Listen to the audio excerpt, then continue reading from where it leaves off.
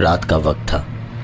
सारा दिन घूमते फिरते बिता के संजू डिम्पी को छोड़ने जा रहा था कि डिम्पी उससे बोली, संजू कार रोकना, चलना, बाउली में चलते हैं, चलना, मस्ती करेंगे, मजा आएगा। संजू बोला, तू पागल हो गई है क्या डिम्पी? हाँ, इतनी रात को मैं न जा रहा बाउली में। डिम्पी फिर भी अड़ गई वहां जाने के लिए और कहा, और कितना फट्टू है तू, चलना। डिम्पी की जिद के सामने संजू को हार माननी पड़ी और उसने गाड़ी साइड लगाई। डिम्पी की एक्साइटमेंट उसके चेहरे पे झलक रही थी। उसने संजू, जिसका मूड एकदम ऑफ हो चुका था, उससे कहा, अरे यार, बस 15 मिनट की तो बात है, चलना। संजू थक हार के डिम्पी को लेकर धीरे धीरे अंदर जा रहा था।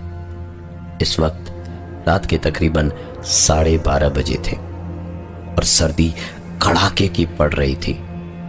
बावली के अंदर सीढ़ियों से जब वो नीचे उतर रहे थे तब संजू ने एक लड़की को छत पे दौड़ के पानी की ओर जाते हुए देखा। रात को चांद की रोशनी में वो लड़की साफ दिखाई दे रही थी। संजू जोर से चीखा, अरे ओ मैडम, ओए! संजू इससे आगे कुछ करे, वो लड़की चीखती हुई छत से पानी में कूद गई, लेकिन आवाज ऐसी आई जैसे वो पानी में नहीं, कहीं और ही गिरी हो। संजू डिम्पी को लेकर बाहर की ओर भागा। बाहर जाके देखा तो कार की छत पे एक बहुत बड़ा डेंट पड़ा था। यह डेंट क्यों और कैसे हुआ, इसका जवाब किसी के पास नहीं था। संजू ने बिना टाइम वेस्ट किए वहां से भागना ही बेहतर समझा। सारे रास्ते वो अपना गुस्सा डिम्पी पे निकालता रहा। उतर गया भूत तुम्हारे सर से? बावली में जाना है, बावली में जाना है। जवाब में डिम्पी ने एक शब्द नहीं बोला और बस रोती रही। सर्दी की उस रात चारों तरफ सन्नाटा था और गाड़ी के अंदर भी अब सन्नाटा था। संजू ने डिम्पी को उसके घर पे उतारते वक्त खुद के बिहेवियर के लिए उसे सॉरी कहा और अपने घर की ओर निकल गया। डिम्पी की मां ने जब दरवाजा खोला तो गुस्से से उनका चेहरा तमतमा रहा था। संजू की वजह से मोहल्ले में डिम्पी पूरी तरह से बदनाम थी और आज तो हद ही हो गई। रात 1 बजे घर छोड़ने आया था संजू। डिम्पी की मां ने उसे दरवाजा खोलते ही बोल दिया, जान निकल जा मेरे घर से, अपनी शक्ल मत दिखाना। जहां 2 दिन से थी, जा वहीं जाके मर। इतना कहते कहते उन्होंने डिम्पी के चेहरे पर ही दरवाजे को बंद कर दिया। डिम्पी ने भी तुरंत संजू को फोन कर दिया, जो अभी ज्यादा दूर नहीं गया था। उसने तुरंत गाड़ी रिवर्स करी और डिम्पी को पिक करने वापस आ गया। डिम्पी को पिक करके दोनों वापस उस बावली के सामने से गुजरे। दोनों चांद की रोशनी में सड़क के उस पार उसी बावली को देखते हुए जा रहे थे कि जब एक लड़की अचानक गाड़ी के सामने आ गई थी और बावली को देखते वक्त इन दोनों ने सामने नहीं देखा। दोनों कुछ देर तक सड़क पे पड़ी उस लड़की को देखते रहे और उसके बाद डिम्पी चिल्लाई, भाग संजू, भाग यहाँ से, भाग। संजू गाड़ी स्टार्ट करके भागा तो जरूर, लेकिन पूरे वक्त उसके दिमाग में एक ही सवाल था, कहीं अगर वो लड़की जिंदा होगी तो, कहीं अगर मदद मिलने पर वो बच जाती तो। संजू डिम्पी को लेकर अपने घर तो नहीं जा सकता था, इसलिए सीधा अपने फार्म हाउस पहुंचा। वहां पहुंच के वॉचमैन से चाबी मांगी तो वॉचमैन बोला, साहब अभी 5 मिनट पहले तो आप कमरे की चाबी लेकर कमरे में गए थे, चाबी कहीं गिर गई क्या आपसे? संजू वैसे ही अब तक घटी सारी घटनाओं से बहुत चिढ़ा हुआ था और इस बदतमीजी पे तो बिल्कुल पागल हो गया। न जाने उसे क्या सूझी कि उसने वॉचमैन को 2 थप्पड़ मारे और उसके बाद दौड़ता हुआ कमरे की तरफ गया। कमरे का दरवाजा सच में खुला था और लाइट्स भी ऑन थी। दबे कदमों के साथ संजू डिम्पी को लेकर जब कमरे में घुसा तो उसे कमरे में एक औरत दिखाई दे रही थी जो दीवार की तरफ मुंह किए खड़ी थी।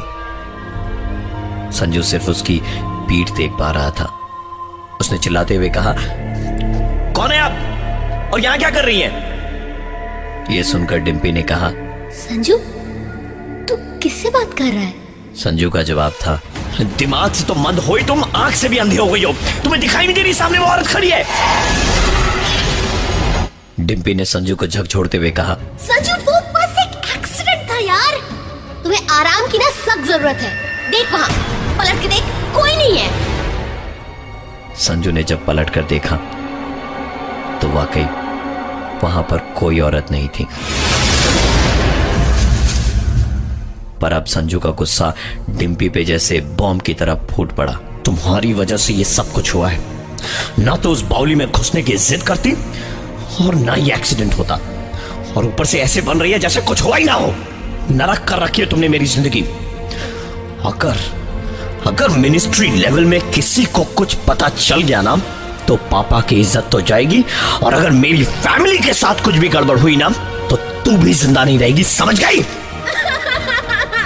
डिम्पी तो इन सब के बाद रोते रोते सोने चली गई, लेकिन संजू पूरे वक्त टीवी पे न्यूज चैनल देखता रहा, लेकिन किसी भी एक्सीडेंट की कोई न्यूज नहीं आई। हादसा देर रात हुआ था, इसलिए एक पूरे दिन इंतजार करके अगले दिन का न्यूज पेपर देखा तो उसमें भी कुछ नहीं था, और हादसे के बारे में न ही किसी न्यूज चैनल पर कोई खबर थी। संजू से जब रहा नहीं गया तो उसने तुरंत अपनी गाड़ी निकाली और सीधे वहां पहुंचा जहां उस रात एक्सीडेंट हुआ था। आसपास की दुकानों और अगल बगल के लोगों से पूछताछ की तो पता चला कि पता नहीं कोई एक्सीडेंट हुआ या नहीं, पर कल सुबह जब हम यहां आए थे तो बहुत पुलिस थी यहां और बावली के अंदर भी। संजू तुरंत अपनी गाड़ी में वापस बैठकर कुछ दूर गया ही होगा कि एक आवाज आई।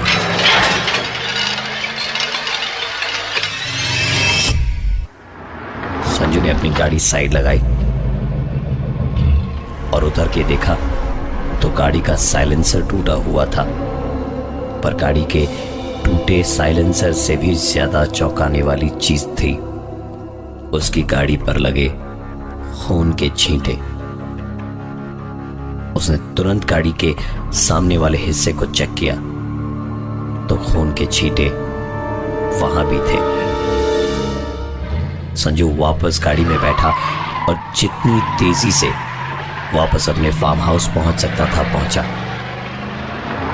उसने जाते के साथ ही गाड़ी गार्डन में लगाई और गाड़ी पर खून के छींटे लगे हुए थे, इसलिए किसी और से वो कह भी नहीं सकता था गाड़ी साफ करने के लिए, लिहाजा खुद ही गाड़ी को साफ करने लगा। संजू जितना उन दागों को साफ करने की कोशिश करता, वो दाग उतने ही ज्यादा उभर कर सामने आ रहे थे। संजू के सर से पसीना चूते जा रहा था कि तभी अचानक पाइप से आता हुआ पानी बंद हुआ। संजू ने पलट कर देखा तो डिम्पी पाइप पे पांव रखे खड़ी थी और मुस्कुरा रही थी। संजू का गुस्सा 7वें आसमान पे था। उसने चिल्लाते हुए कहा, सुनो ये डिम्पी की बच्ची, जब देखो तब मजाक, तुझे आइडिया नहीं है कि यहाँ क्या हो रहा है? तेरी ये छिछोरी हरकतें 24 घंटे मेरे सामने ना किया कर। डिम्पी ने तुरंत अपना पैर पाइप से हटाया। संजू ने पलटकर वापस गाड़ी धोनी शुरू की ही होगी कि पानी एक बार फिर से रुका। इस बार संजू चिल्लाते हुए पलटा, डिम्पी बहुत हो गई तेरी। संजू का चिल्लाना सुनने के लिए डिम्पी वहां खड़ी ही नहीं थी, पर पाइप न जाने कैसे ठीक वहीं से दबा पड़ा था जहां से डिम्पी ने दबाया था।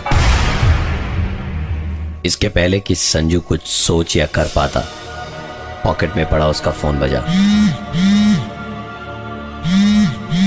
फोन उठाया तो सामने से आवाज आई, मालको थाने से बोल रहा हूँ, आप जरा जल्दी यहाँ आ जाओ, आप पे मर्डर का केस लगा रहे हैं। छोरी के माँ बाप भी इधर ही बैठे हैं, आप चिंता ना करो जी, आप बस 5 मिनट के लिए फॉर्मेलिटी करने आ जाओ। संजू ने कहा, आपको कैसे पता चला कि मैंने कोई मर्डर किया है? तो उधर से आवाज आई, मालको आपकी गाड़ी से बावली के पास में एक्सीडेंट हुआ है, वो सीसीटीवी फुटेज भी है ना हमारे पास, आप परेशान मत हो, हम लोग पिछली दफे की तरह सारे सबूत मिटा देंगे, आप बस आ जाओ। मंत्री का बेटा होने का बहुत गुमान था संजू को, इसलिए बेफिक्र होकर वो थाने चला गया। संजू वहां जब पहुंचा तो इंस्पेक्टर ने उसे बिठाया और उसका मोबाइल फोन मांगा। संजू ने जब देने से मना कर दिया तो इंस्पेक्टर ने कहा, ऐसा है सर, चुपचाप मोबाइल दे दीजिए, नहीं तो बेकार ही डंडे पड़ेंगे आपको। संजू ने चिल्लाते हुए कहा, तू पागल हो गया क्या? जानता नहीं मेरा बाप कौन है? एक फोन घुमाऊंगा तेरी वर्दी उतर जाएगी अभी के अभी। सुनकर इंस्पेक्टर ने जवाब दिया, सर आपके पापा जो थे वो पुराने मंत्रिमंडल में थे, सरकार बदली तो आपके पिताजी का पावर भी, और वैसे भी इस बार आपके अगेंस्ट में पुख्ता सबूत है डिम्पी के मर्डर के। डिम्पी का नाम सुनते ही संजू पागलों की तरह हंसने लगा और बोला, सुबह सुबह मैंने नहीं, आपने चढ़ा रखी है। डिम्पी का मर्डर? डिम्पी मेरे साथ ही थी फार्म हाउस पर। पुलिस ने संजू को इत्मीनान से बैठाकर सीसीटीवी फुटेज दिखाई, वो भी 2 दिन पहले की, जिसमें साफ साफ दिखा कि संजू और डिम्पी वहां बाउली के अंदर घुसे तो थे, पर वहां से अकेला संजू ही बाहर आया था और संजू अपनी गाड़ी चलाकर आगे चला गया। उसके ठीक आधे घंटे बाद की सीसीटीवी फुटेज थी, जहां डिम्पी रास्ते को पार कर रही थी और संजू की गाड़ी से टकराकर डिम्पी की रास्ते पर ही तड़प तड़प कर डेथ हुई थी और संजू बस अपनी गाड़ी से वो देखता रहा। संजू ने सीसीटीवी फुटेज में जो कुछ भी देखा वो देख उसे अपनी आंखों पर यकीन नहीं हो रहा था। इंस्पेक्टर ने आगे बोलना शुरू किया, जनाब नंदिनी तो याद होगी आपको, 3 साल पहले आप ही ने उसको प्रेग्नेंट किया था ना, और फिर इसी डिम्पी के लिए उसे छोड़ दिया था। बेचारी छोरी रोज रोती है, रोज हमारे सपने में आती है, कहती है डैडी इंसाफ दिला दो, इंसाफ दिला दो। कुछ नहीं कर पाया मैं उस लड़की के लिए, उसी बावली की छत से कूद के उसने अपनी जान दी थी, तो जैसे लड़के के लिए तो माल को इब्ता जेल में जाना पड़ेगा, जेल में टाइम बिताना पड़ेगा। डर ले भाई, इसने डाल दे अंदर, अब तो खातिर करेंगे इसकी जम के। संजू को डिम्पी के मर्डर के जुर्म में 7 साल की सजा सुनाई गई। एक सवाल जो आज भी सवाल बने हुए हैं वो ये कि संजू के साथ उसकी गाड़ी में कौन था।